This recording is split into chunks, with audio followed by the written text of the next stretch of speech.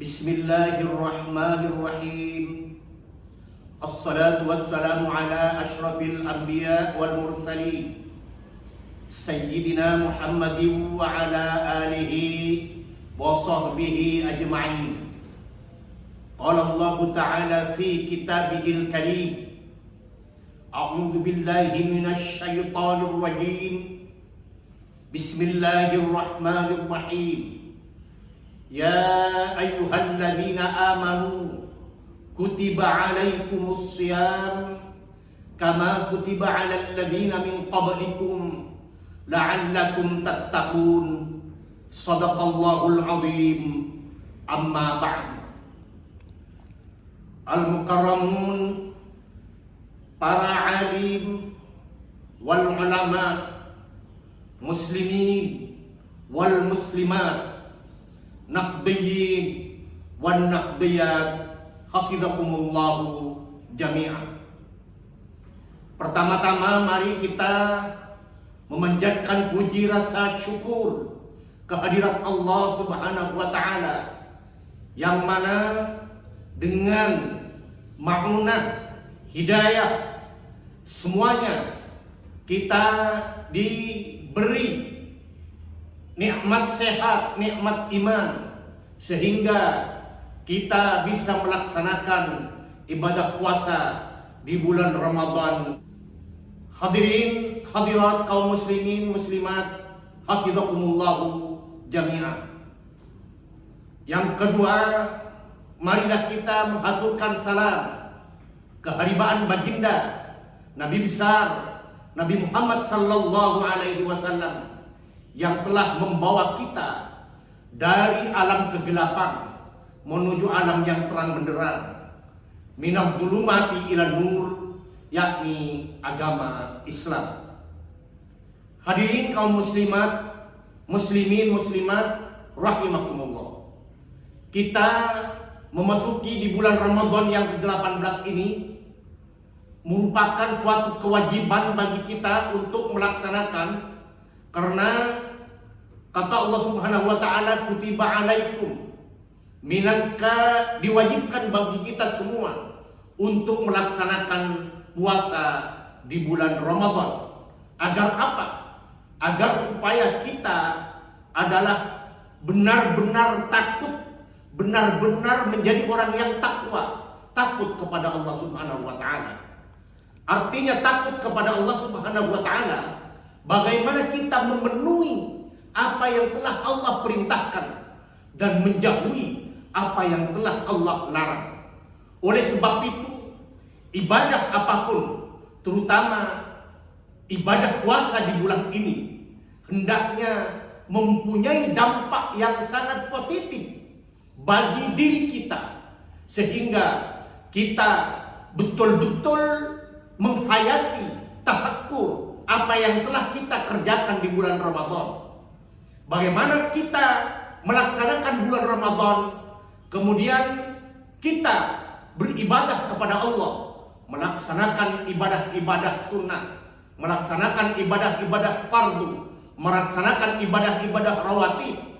Bagaimana setelah kita ditinggal oleh bulan Ramadan, kita tetap melaksanakan, mempertahankan ibadah-ibadah yang telah kita laksanakan di bulan Ramadan. Oleh sebab itu, Ramadan merupakan madrasah, merupakan pendidikan bagi kita untuk kita tidak lanjuti nanti di luar bulan Ramadan. Karena apa, kaum muslimin muslimat?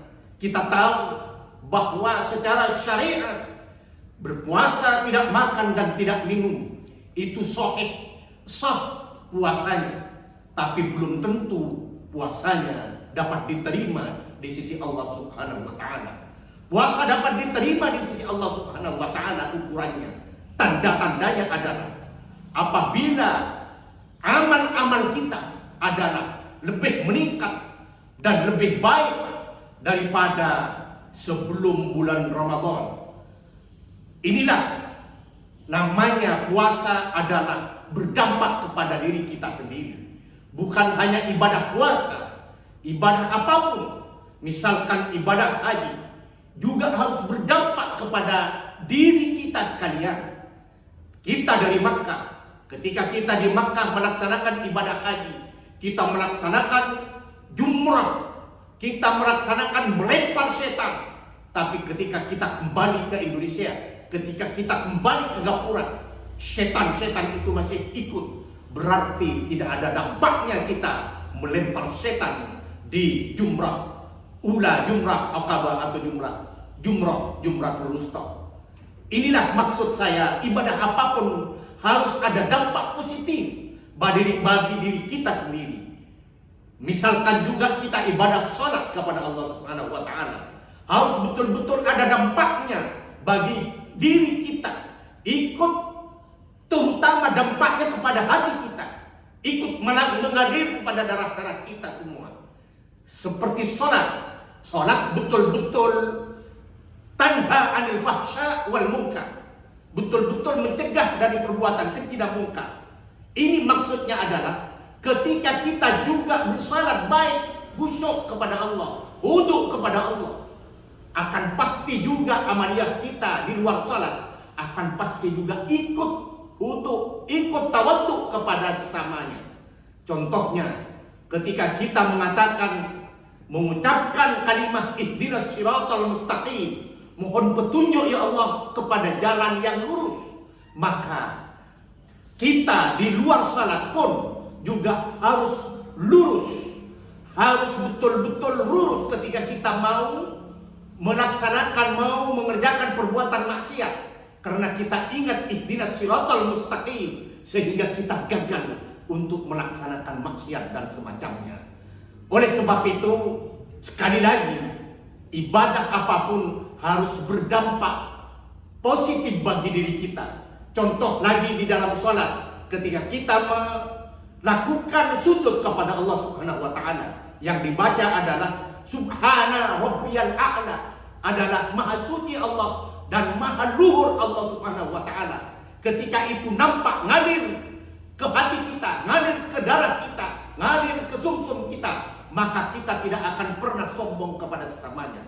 Itulah saudara-saudara kaum muslimin rahimakumullah, ibadah apapun, terutama puasa, ibadah apapun, terutama bulan-bulan sekarang adalah bulan puasa, harus betul-betul membawa dampak yang sangat positif bagi diri kita, terutama nanti setelah di bulan Syawal dan ketemu bulan Syawal lagi yang akan datang.